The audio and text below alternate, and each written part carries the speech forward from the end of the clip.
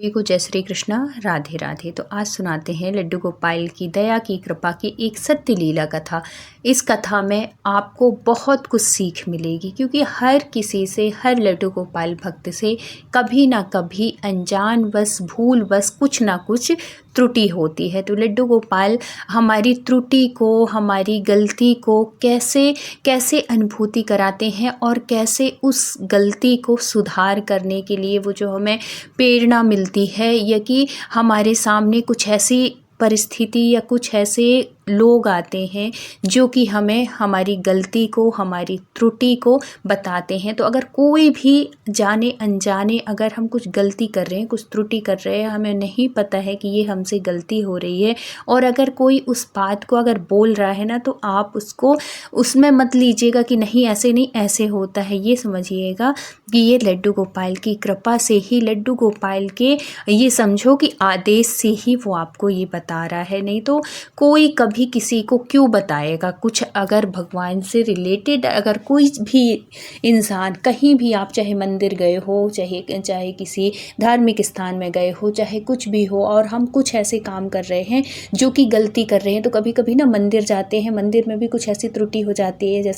जैसे क्या होता है कि जैसे दीपक रखा है और दीपक से दीपक लगा कर हम जोत जला लिए, ऐसे नहीं करना चाहिए। तो कोई अगर हमसे कह रहा है कि बेटा ये जो कर रही हो ना, ये ऐसे नहीं करते हैं, आप माचिस से जला लो, तो अगर ये भी अगर कोई बता रहा है ना, तो इसमें भी अपने कन्हैया की, अपने भगवान की बहुत कृपा समझिएगा। क्योंकि अगर हम भगवान की सेवा में कुछ त्रुटि कर रहे हैं, कुछ गलती कर रहे हैं, और कोई हम बिना पूछे, हम नहीं पूछ रहे हैं और बिना पूछे अगर हमको कोई सलाह दे रहा है, तो ये समझिएगा कि ये भगवान की ही इच्छा है। वो चाह रहे हैं कि आपसे वो त्रुटि ना हो, वो गलती ना हो। तो ये एक छोटी सी बहुत ही प्यारी ज्ञानवर्धक कहानी के माध्यम से आप समझेंगे कि हम जो है लड्डू गोपाल की सेवा में क्या इतनी बड़ी त्रुटि कर देते हैं और हमें अंदाज़ा भी नहीं होता। नॉर्मल होता है, हर किसी से होता है, और ये गलती मेरे से भी कई बार हुई है। तो कहीं आपसे भी तो ये गलती नहीं हो रही है। तो इस वीडियो को अंत तक ज़रूर देखिएगा, तभी समझ में आएगा। और अगर वीडियो अच्छे लगते हैं, आप भी कन्हैया से, लड्डू गोपाल से प्रेम करते हैं, तो राधे राधे ज़रूर लिखिएगा। अगर आप भी लड्डू गोपाल की सेवा करते हैं तो कमेंट में राधे राधे ज़रूर लिखिएगा। तो एक इच्छा जी नाम की एक औरत हैं जो कि लड्डू गोपाल की सेवा करते हैं, मतलब लड्डू गोपाल की भक्त हैं। तो इच्छा जी लड्डू गोपाल की बहुत ही दिल से सेवा करती हैं, बहुत ही भाव से सेवा करती हैं। उनका मानना है कि ये जो लड्डू गोपाल हैं, ये मेरे बेटे जैसे हैं, मैं इनको बेटे के जैसे मानती हूँ। बहुत भाव से, बहुत प्रेम से, और भगवान की कृपा से उनको अनुभूतियाँ भी होती हैं। जब हम बहुत दिल से कनेक्ट होते हैं ना अपने कन्हैया से, तो हमें भी अनुभूति होती है, हमें उनकी हर चीज़ समझ में आती है। कब हमारे कन्हैया मुस्कुरा रहे हैं, कब हमारे कन्हैया को किस चीज़ की ज़रूरत है, कब हमारे कन्हैया को क्या भोग लगाएं, ये सब चीज़ ये उन्हीं की प्रेरणा से होती है। तो यही अनुभूतियाँ होती हैं जब हमारा मन, जैसे हम करने कुछ जा रहे हैं और अचानक से हमारा मन हो जाए ना, जब भगवान की सेवा में अगर हम कुछ कर रहे हैं, जैसे उनके लिए अगर कुछ प्रसाद बना रहे हैं, और प्रसाद बनाते बनाते हमने तैयारी कर ली है, लेकिन बार बार हमारा ख्याल आ रहा है कि नहीं आज खीर नहीं, आज मैं हलवा बना दूँ, या कि हलवा बना रही हूँ तो आज लगेगा कि नहीं हलवा नहीं, आज मैं खीर बना दूँ, कभी चावल की, कभी सिमई की, कभी कोई सी। इस तरीके से अगर हमारा मन एकदम से अगर बदलता है ना, तो ये समझो कि ये हमारे कन्हैया की ही ये इच्छा है, इसलिए हमारा मन एकदम से बदला है, एकदम से कुछ और बनाने का हो रहा है। तो ऐसे ही हर भक्त की सोच होती है, और ऐसे विचार जो लड्डू गोपाल से पूर्ण रूप से जुड़े हुए हैं, जिनको अनुभूतियाँ होती हैं, उनको ये विचार आते हैं, और इसी तरीके से उनको अनुभूति होती हैं। अपने कन्हैया के रहने का एहसास होता है, उनकी मुस्कुराहट, उनका चाहे किसी भी रूप में आपको ये एहसास होगा कि हाँ कन्हैया मेरे साथ हैं। तो ये जो इच्छा जी थी, इनका नियम था, ये लड्डू गोपाल को ना अपने हाथ से, जैसे एकादशी हो गई या कुछ ऐसे त्यौहार हो गए, या कि कभी भी जब भी उनका मन किया या कन्हैया की इच्छा हुई तो वो उनको माखन मिश्री का भोग लगाती थी। माखन रोज़ तो नहीं बनाती थी, माखन ऐसे त्योहारों में जैसे एकादशी या कुछ खास त्योहारों में माखन का और मिश्री साथ में रख के बनाती, लेकिन मिश्री का वो रोज़ लगाती थी भोग।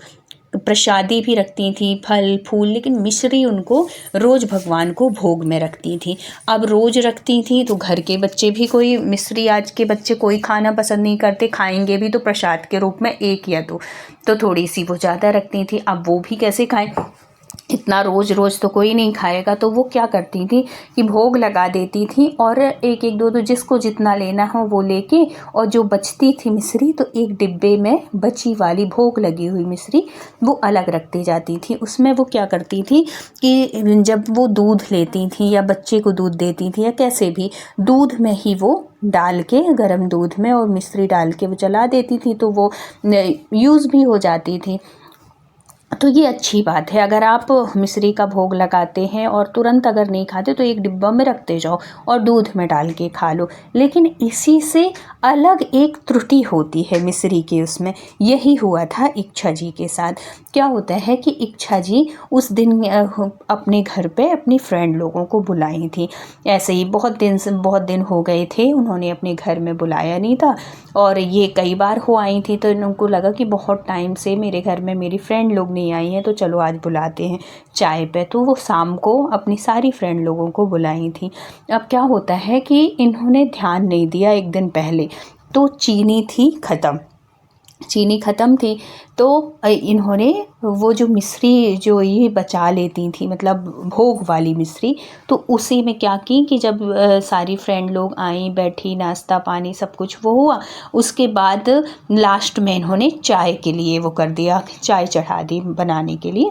तो जब देखा इन्होंने तो चाय और तो सब कुछ था, लेकिन चीनी इनको कम लगी कि ओहो चीनी का तो ध्यान ही नहीं था, कल मैंने मंगाया नहीं और है तो अब कम है। लेकिन इनको एक खुशी थी कि कोई बात नहीं, चीनी कम है तो कोई बात नहीं, मेरे पास तो मिश्री है, मैं मिश्री डाल दूँगी और अच्छा भी है, इसी बहाने सब लोग भोग प्रसाद भी सबके उसमें चला जाएगा, ये सोच के इन्होंने, अच्छी सोच, और ऐसे करके इन्होंने चाय बना ली। अब उस मिश्री की इन्होंने चाय बनाई और सबको सर्व की, सब बैठ के सारी फ्रेंड लोग, नाश्ता चाय ये सब कुछ हो रहा है और बातचीत, खूब हंसी मजाक, हर तरीके से इस तरीके से वो हो रहा है, सब कुछ बहुत अच्छा हुआ, बहुत मस्ती, बहुत आनंद के साथ। और भगवान की बहुत सारी ऐसी, क्योंकि इनकी जो फ्रेंड लोग थी, फ्रेंड सर्कल था, ये भी बहुत धार्मिक थी, ऐसे नहीं है कि किटी पार्टी और है तो क्लब में जाना और यहाँ घूमना घामना भी सब कुछ था, लेकिन उसके साथ भक्ति भजन वाला माहौल था। इनकी सोसाइटी में एक मंदिर था जहाँ पे ये लोग हर शनिवार को इनकी आरती होती थी, हनुमान जी, शनिवार मंगलवार को हनुमान जी की, और शनि मंदिर भी था तो शनिवार को तेल का दीपक रखना, ये सब चीज़ें होती थी। कभी सुंदरकांड हो गया, कभी हनुमान चालीसा हो गया, इस तरीके से कभी किसी ने भजन करा लिया, तो ऐसे मंदिरों में होते रहते थे। कभी घरों में भी होते थे, जैसे किसी का बर्थडे है, किसी की एनिवर्सरी है, तो सब लोग घरों में भी कराते थे। बहुत अच्छा था माहौल, बहुत सब कुछ अच्छा था। अब क्या होता है कि इनकी जो फ्रेंड थी ना, उनकी एक जो इनकी फ्रेंड थी उनमें से एक की सास भी साथ में रहती थी। तो बहुत टाइम हो गया था, जब हम फ्रेंड लोगों के साथ जाते हैं ना तो टाइम कैसे निकलता है पता नहीं चलता। अब वो उनकी बहू को बहुत टाइम हो गया और वो कह के गई थी कि माँ जी मैं 1 घंटे में आ जाऊँगी। उसको भी नहीं पता था, 1 घंटे की जगह 3 घंटे हो गए, शाम का टाइम हो गया, आरती संध्या वाला टाइम हो गया। तो उनकी जो सास थी वो जो बुजुर्ग थी, तो अधिकतर जो आरती है वो उनकी बहू करती थी। तो वो जब देखी कि 1 घंटे बोल के गई थी अभी तक नहीं आई, तो बता के गई थी, तो वो वहाँ पे पहुँच गई कि बेटा अभी तक पहुँची नहीं और है तो आरती का टाइम हो गया। तो वो एकदम से उसका ध्यान आया कि ओहो इतना टाइम हो गया।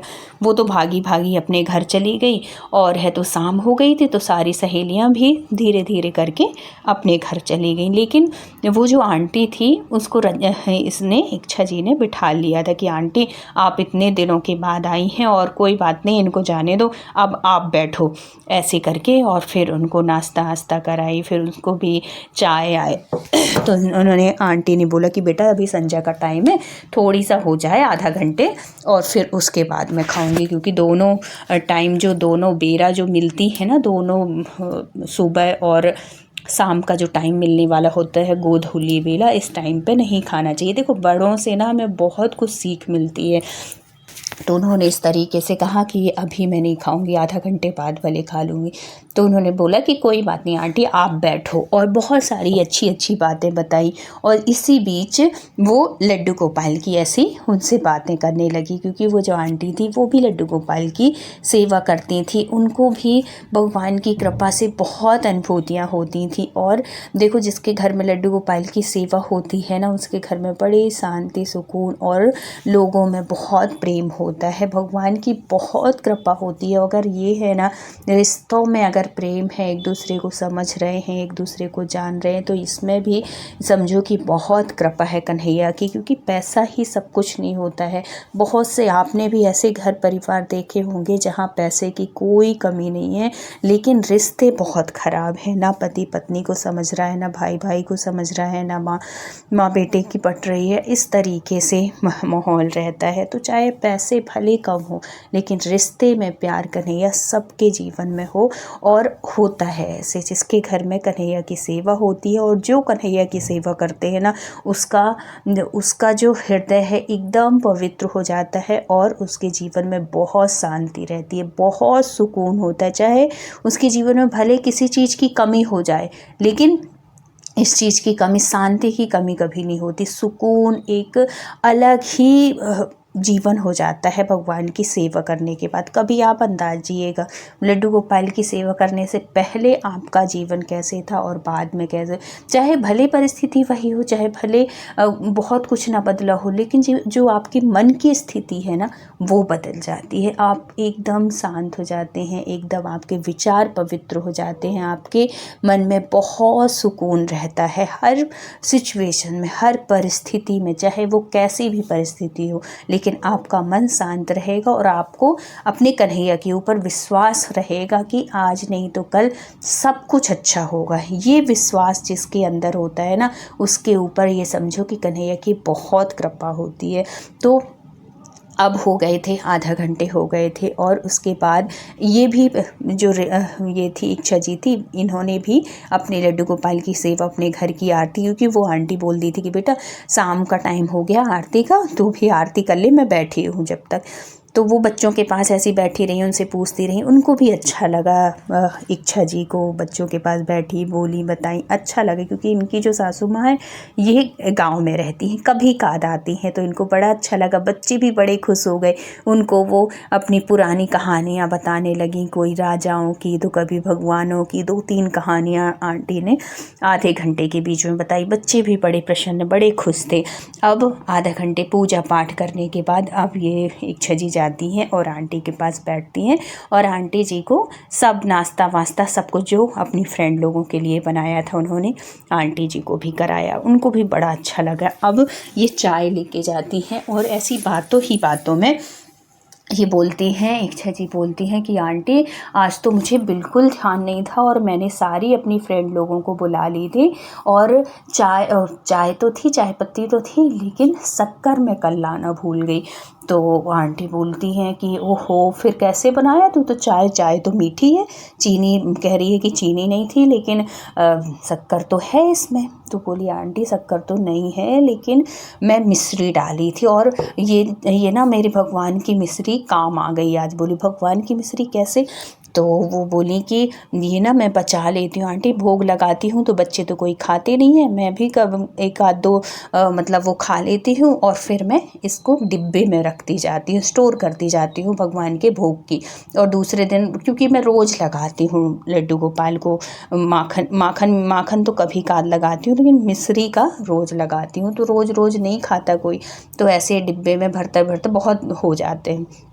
आज वही मिश्री मेरे काम आई, ऐसे करके वो खुश हो जाती हैं। बोली अच्छा बेटा, सही बात है, भगवान की कभी ना कोई ना कोई ऐसी ज़रूरत में काम आ जाती हैं चीज़ें। ये अच्छी बात होती है और तुमको ध्यान भी था, चलो अच्छा कर दी। ऐसे करके उन्होंने बोला, चाय में डाल दी। इसी बहाने भगवान का प्रसाद मिल गया। वैसे तो किसी को तुम ना दे पाती, या कि ध्यान ना रहता, या कि कोई नहीं लेता, लेकिन इसी बहाने सबके अंदर प्रसाद चला गया भगवान का। ऐसे वो करके बड़ी खुश हो जाती हैं आंटी जी भी और ये भी।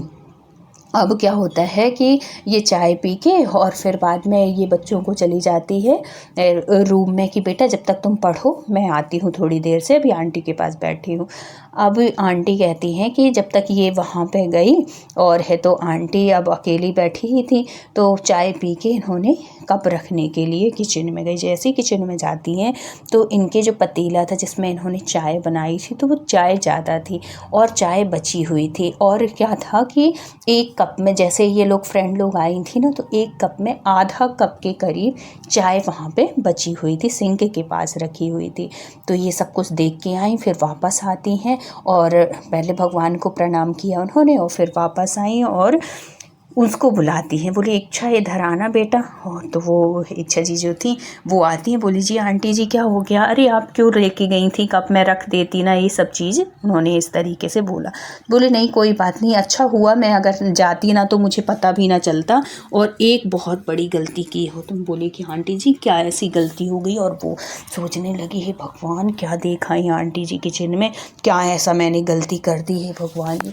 तो वो कहती हैं प्लीज़ आंटी बताइए ना, ऐसा तो मैंने कुछ नहीं किया है, मुझे बिल्कुल भी ध्यान नहीं आ रहा है कि मैंने क्या ऐसी गलती कर दी। वो बोली बेटा तूने बहुत बड़ी गलती की है। तो वो बार बार कहती आंटी जी प्लीज़ बताइए मैंने क्या गलती कर दी। बोली कि देख तू अभी सबको चाय दी थी ना। बोली हाँ। बोली इसमें से किसने चाय नहीं पिया। तो उसने बोला कि इसने चाय नहीं पिया, जो फ्रेंड लोग आई थी। तो बोली कि वो देख सिंक के पास रखी है और भगवान, और तो बोली कि ये मिश्री मैं चाय में डाली हुई हूँ। तो मिश्री तो भगवान का प्रसाद है ना बेटा, प्रसाद का कितना बड़ा महत्व है। तो इस चीज़ को तो लड्डू गोपाल की सेवा करती इस चीज़ को तो समझती होगी। और देख वहाँ पे जाके एक तो आधा कप पूरी की पूरी चाय छूटी हुई है और बाकी सबके कपों में थोड़ी थोड़ी चाय छूटी हुई है। तो बेटा ये कहाँ जाएगी ये चाय, कोई उसमें तो जाएगी नहीं, पेड़ों में तो तू डाल के आएगी नहीं, ये तो सब सिंक में जाएगी ना।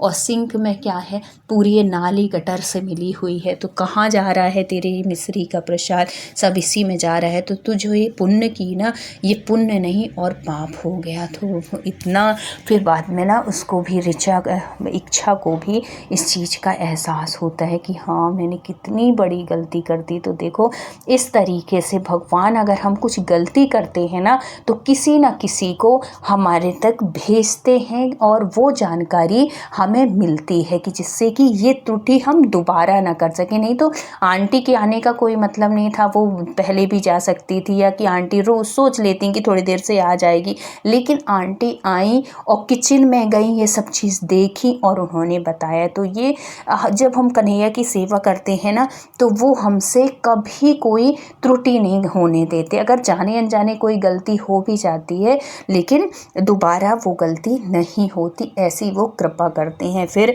आंटी जी कहती हैं कि कोई बात नहीं, अब तेरे से अनजान बस ये गलती हुई है, तो देख अभी सिंक में गई नहीं है चाय, अभी तूने अगर ना बताई होती तो वो ज़रूर चली जाती। तो बेटा ऐसा कर कि एक प्लास्टिक के कटोरे में वो सारी चाय और कप ऐसे धुल के एक कटोरे में निकाल दे ये सब कुछ, और किसी पेड़ के पास या मिट्टी में जाके इसको डाल देना जिसमें किसी का पैर भी ना पड़े और है तो ये गलत उसमें ना जाए। तो ऐसे जब वो आंटी बताती हैं तो उसको सच में गलती का एहसास होता है और फिर बाद में वो डाल के आती है और अपने कन्हैया से बहुत माफ़ी मांगती है। फिर आंटी कहती हैं कि बेटा जाने अनजाने ये तेरे से कोई ऐसे जानबूझ के तो की नहीं है, अनजान बस हुई है। तो भगवान हमारे कन्हैया जो है ना बहुत दयालु हैं, बहुत कृपालु हैं, हो सकता है वो इसीलिए मेरे को भेजे हों जिससे कि तू कभी दोबारा ऐसी गलती ना करे, जिससे कि उसके भक्त से कभी दोबारा ऐसी त्रुटि ना हो, इसलिए वो शायद मुझे भेजे हैं। तो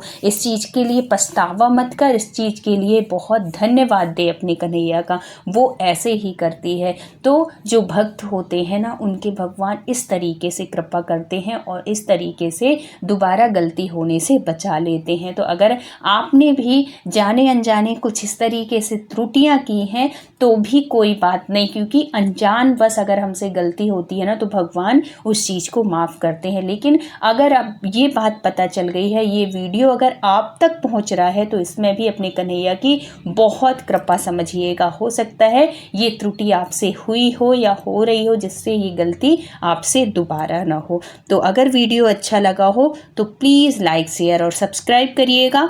फिर मिलते हैं किसी सत्य घटना के साथ, किसी अच्छी ज्ञानवर्धक कहानी के साथ। तब तक के लिए राधे राधे।